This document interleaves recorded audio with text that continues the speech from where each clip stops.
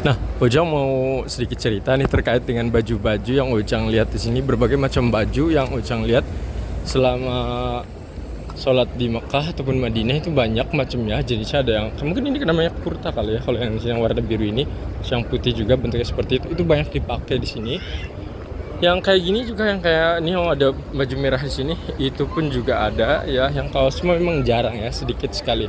Nah, terkait dengan penggunaan pakaian di sini, mungkin ada ini ya, kayak semacam quote kayak gitu, yang dimana bumi diinjak ya, terus ya apa gitu, pokoknya kita harus ngikutin sesuai yang di situ. Kok lupa gini ya. Nah, intinya adalah gini. Jadi misalnya kita berada di sini di Makkah di sini, ya baju-bajunya kan kayak gitu semua. Betul sih, sebenarnya kita oke-oke aja, kayak Ujang pakai sarung dan lain-lain. Yang penting masih sopan gitu, oke. Dan kenapa oke? Karena orang-orang juga nggak komen negatif ke kita juga, karena mungkin mereka pikir yang penting menutup auratnya, semuanya udah tertutup, dan ya syaratnya ataupun seperti itu kan gitu. Nah, tapi Ojang dulu pernah masuk ke ini masjid ya, ini pengalaman Ojang dulu, inget banget sampai sekarang. Pas Ojang baru lulus kuliah, datang ke Jakarta, terus datang ke salah satu masjid di daerah ya Jakarta kayak gitu. Dan kebetulan Ojang waktu itu ada interview untuk besoknya. Cuma karena Ojang waktu itu tidak punya saudara di Jakarta, uang juga benar-benar ngepas banget. Jadi Ojang, salah satu opsi yang Ojang ambil adalah Ojang harus tidur di masjid terdekat. Nah, pas di sana itu Ojang naik ini kereta. Nah, pas naik kereta itu bareng-bareng dengan anak-anak pondok. Tahu sendiri ya kalau anak-anak pondok itu kan bajunya yang baju-baju yang gamis kayak gitu, terus juga sarung gitu. Pokoknya benar-benar yang mencerminkan mereka banget lah gitu. Sedangkan Ojang sendiri untuk bajunya itu sepatunya sepatu yang biasa gitu, saya sepatu yang olahraga kayak gitu, yang untuk, terus celana juga celana bahan rencana, karena kan mau interview kan. Terus atasnya Ojang pakai kaos. Kenapa pakai kaos? Ya karena itu kan masih belum gitu, balik perjalanan. Besoknya pasti Ojang akan ganti dengan menggunakan kemeja. Nah, tapi pas sholat itu Ojang masih pakai bawahannya, istilahnya bawahan ya kayak bahan kayak gitu, terus atasnya dengan menggunakan kaos. Nah, suatu ketika datang ke masjid itu, orang-orang yang kanan kirinya itu bajunya kayak gini semua nih. Bajunya kayak gini semua, yang kurta-kurta kayak gini, yang panjang-panjang kayak gitu. Dan Ojang pertama kalinya itu datang, dan tahu yang bikin Ojang kaget dan shock apa? Diusir beneran.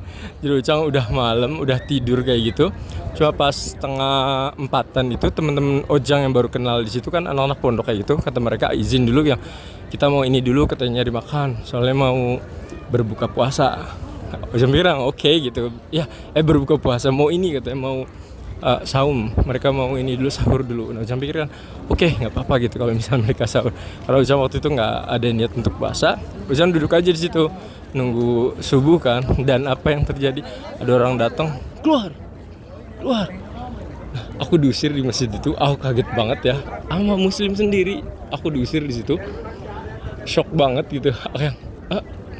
Aku awalnya mau bilang yang mau nunggu subuh aja gitu, pokoknya dia ngomong keluar itu 3 kali.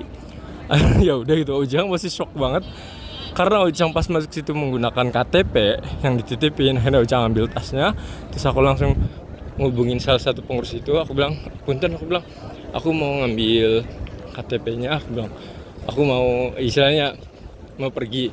Bilang, bentar lagi subuh katanya. Emang betul gitu, sekitar ya beberapa setengah jam lagi tuh pasti akan sholat subuh. Aku bilang, aku tadi disuruh keluar. Aku bilang, sama siapa katanya? Nggak tahu. Aku bilang, ada orang yang nyuruh aku keluar, jadi aku nggak tahu.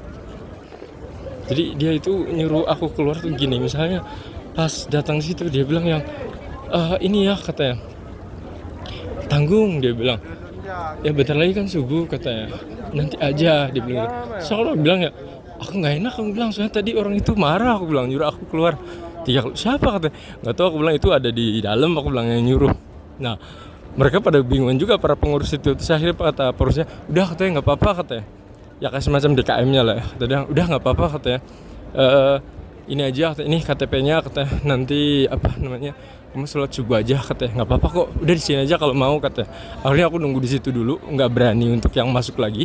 Dan yang orang-orang yang ngusir itu adalah bajunya kurang lebih yang tadi, yang panjang-panjang seperti itu. Dulu ya itu shock banget karena ya nggak nyangka aja gitu. Nah buat kalian atau punya kalian misalnya datang satu komunitas, kalau misalnya Minasang bisa blending, ya kenapa enggak gitu.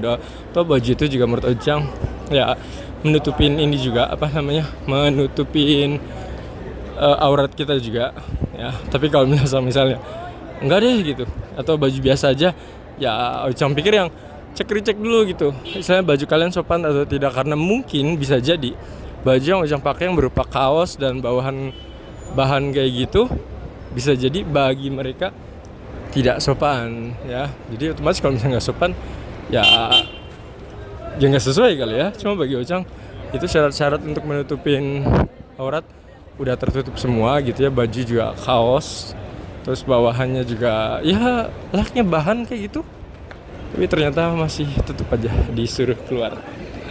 Sayang banget sih sebenarnya, tapi ya itu pengalaman Ojang ya terkait dengan baju-baju yang seperti itu.